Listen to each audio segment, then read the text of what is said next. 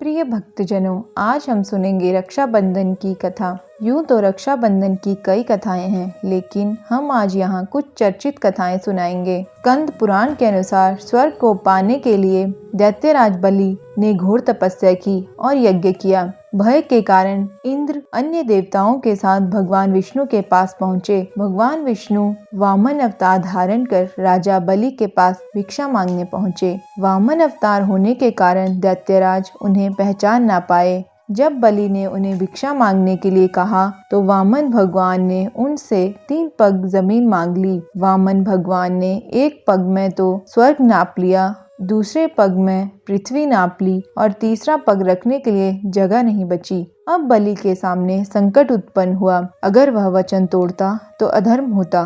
तब बलि ने भगवान विष्णु को अपने सिर पर तीसरा पग रखने के लिए कहा। वामन भगवान के बलि के सिर पर पैर रखते ही वह सूतल लोक में पहुंच गया। बलि की उदारता देखकर वामन भगवान बलि को सूतल लोक का राज्य दे दिया और एक वर मांगने को कहा।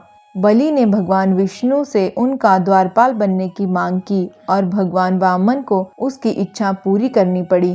तभी लक्ष्मी जी चिंता में पड़ गई। तब उन्होंने देव ऋषि नारद को अपने पास अपनी समस्या के समाधान के लिए बुलाया। तब देव ऋषि नारद ने उन्हें बलि की कलाई पर रक्षा सूत्र बांधकर उसे भाई बनाने के लिए कहा। लक्ष्मी जी ने ऐसा ही किया और बलि की कलाई पर राखी बांध दी। जब बलि ने लक्ष्मी जी से वर मांगने के लिए कहा तो उन्होंने विष्णु जी को मांग लिया। इस तरह रक्षा सूत्र से देवी लक्ष्मी को अपने पति दोबारा मिल गए। दूसरी चर्चित कहानी भगवान श्री कृष्ण और द्रौपदी की है। शिशुपाल वासुदेव की बहन और छेदी के राजा दमघोष का पुत्र था। इस तरह से वह श्री कृष्ण का भाई था। जब शिशुपाल का जन्म हुआ तो वो बहुत विचित्र था। जन्म के समय उसकी 3 आंखें, 4 हाथ थे। यह देखकर शिशुपाल के माता पिता बहुत चिंतित हुए। उन्हें लगा कि उनके घर में पुत्र के रूप में कोई राक्षस पैदा हो गया है।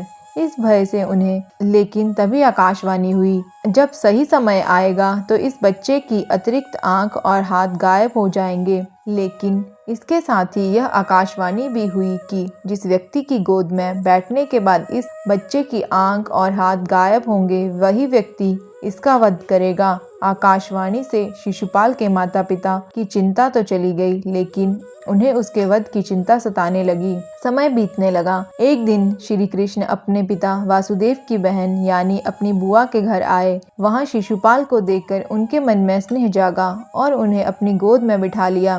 गोद में बैठाते ही शिशुपाल के अतिरिक्त आंख और हाथ अदृश्य हो गए। तब शिशुपाल की माता को आकाशवाणी की याद आई। इस घटना के बाद शिशुपाल की माता परेशान रहने लगी और उन्होंने भगवान श्री कृष्ण से शिशुपाल का वध न करने का वचन लिया। भगवान अपनी बुआ को दुखी नहीं करना चाहते थे, लेकिन विधि के विधान को वो कैसे टाल सकते थे। इसीलिए उन्होंने अपनी बुआ से कहा वे शिशुपाल की 100 गलतियों को माफ कर देंगे, लेकिन 101वीं गलती पर उसे दंड देना ही पड़ेगा। लेकिन इसके साथ ही उन्होंने बुआ को ये वचन भी दिया, यदि शिशुपाल का वध करना भी पड़ा तो वध के बाद शिशुपाल को इस जीवन मरण के चक्र से मुक्ति मिल जाएगी। इसके बाद भगवान श्री कृष्ण वहां से चले गए। जब युधिष्ठिर को युवराज घोषित किया तो राजसूय यज्ञ कराया गया। इस अवसर पर सभी संबंधियों और रिश्तेदारों को बुलाया गया। प्रतापी राजाओं को आमंत्रण दिया गया। इस मौके पर वासुदेव, श्री कृष्ण और शिशुपाल आमंत्रित किए गए।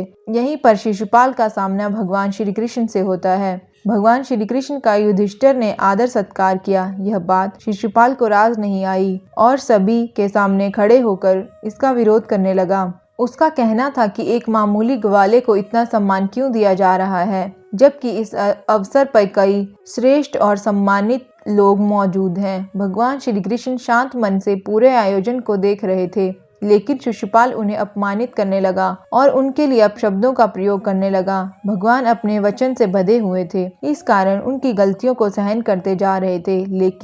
लेकिन जैसे ही शिशुपाल ने 100 अपशब्द पूर्ण किए, 101वां अपशब्द कहा। श्री कृष्ण ने अपने सुदर्शन चक्र को शिशुपाल का वध करने का आदेश दिया। तब उनकी छोटी उंगली कट गई, जिससे भगवान श्री कृष्ण की उंगली से रक्त बहने लगा। तभी द्रौपदी ने अपनी साड़ी से एक हिस्सा फाड़कर श्री कृष्ण की उंगली पर बांध दिया, जिसके बाद श्री कृष्ण भगवान ने द्रौपदी को अपनी मुंह बोली बहन बना लिया और हर संकट की परिस्थिति में उसकी रक्षा करने का वादा किया।